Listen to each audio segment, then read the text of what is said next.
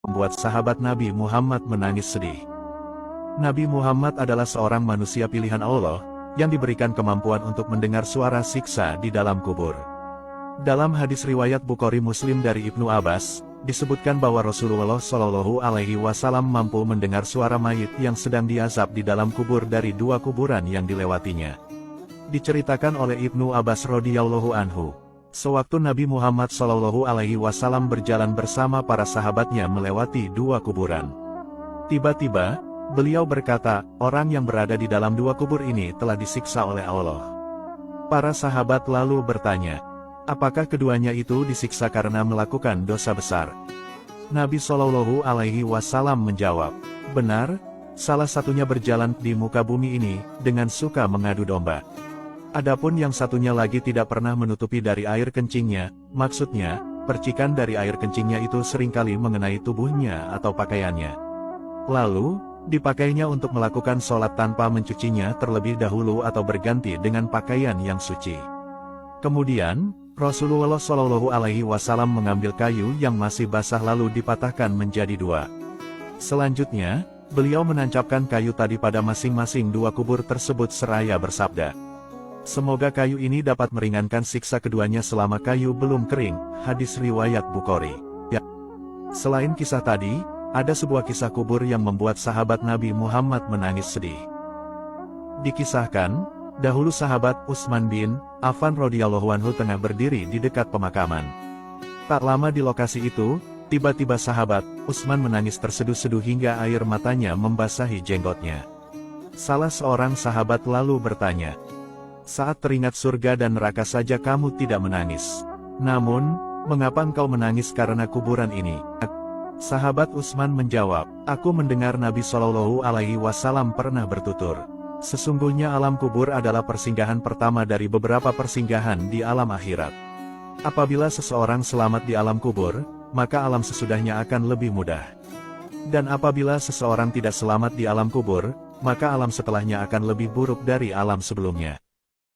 Inilah yang menyebabkan tangis sahabat Utsman. Ia teringat pada nasihat sang kekasih hati yaitu Rasulullah Shallallahu Alaihi Wasallam.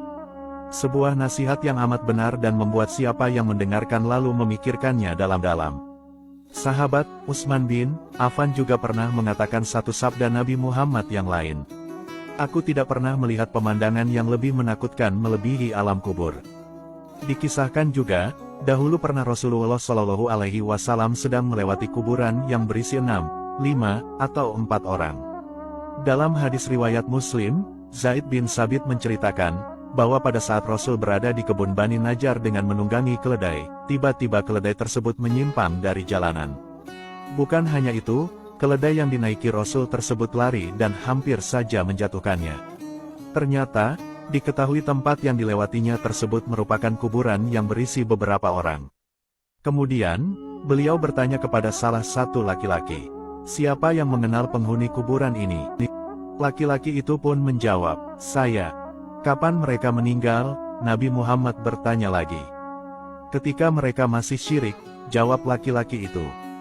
Lalu, setelah itu Rasulullah bersabda, sesungguhnya umat ini diuji dalam kuburannya. Dan, kalau bukan karena kalian akan takut menguburkan, sungguh aku akan berdoa kepada Allah agar Ia memperdengarkan azab kubur yang kudengar kepada kalian. Kisah Nabi Muhammad mendengar suara siksa kubur selanjutnya datang dari Sahih Al-Bukhari, Sahih Muslim, dan Sunan An-Nasai, di mana Abu Ayyub Al-Ansari menceritakan bahwa pada suatu malam hari Rasulullah keluar yaitu tepatnya setelah matahari terbenam. Pada saat itu, beliau mendengar suara kemudian bersabda, seorang Yahudi sedang disiksa dalam kuburnya. Selain itu, dalam hadis riwayat Bukhari Muslim dari Ibnu Abbas juga menyebutkan bahwa Rasulullah Shallallahu Alaihi Wasallam pernah melewati dua kuburan dengan mayat yang sedang disiksa di dalamnya. Pada saat itu, Rasulullah bersabda, keduanya sedang disiksa, tapi bukan karena dosa besar. Kemampuan Nabi Muhammad dalam mendengar suara siksa kubur ini memang menjadi keistimewaan tersendiri. Bahkan dikatakan, bahwa Allah memberikan anugerah ini kepada tokoh-tokoh terpercaya yang tidak mempunyai cacat dalam agama serta sifat kejujuran yang dimilikinya. Ada beberapa keadaan orang yang telah mati di dalam kubur. Ada yang rohnya duduk, meminta, merasa nikmat dan sengsara, serta berteriak, yaitu ketika roh masih terhubung dengan badan yang terbaring di dalam kubur. Sungguh ini merupakan suatu kebesaran Allah yang patut diyakini agar seluruh umat muslim dapat bertaubat dan memohon ampun kepadanya. Selanjutnya,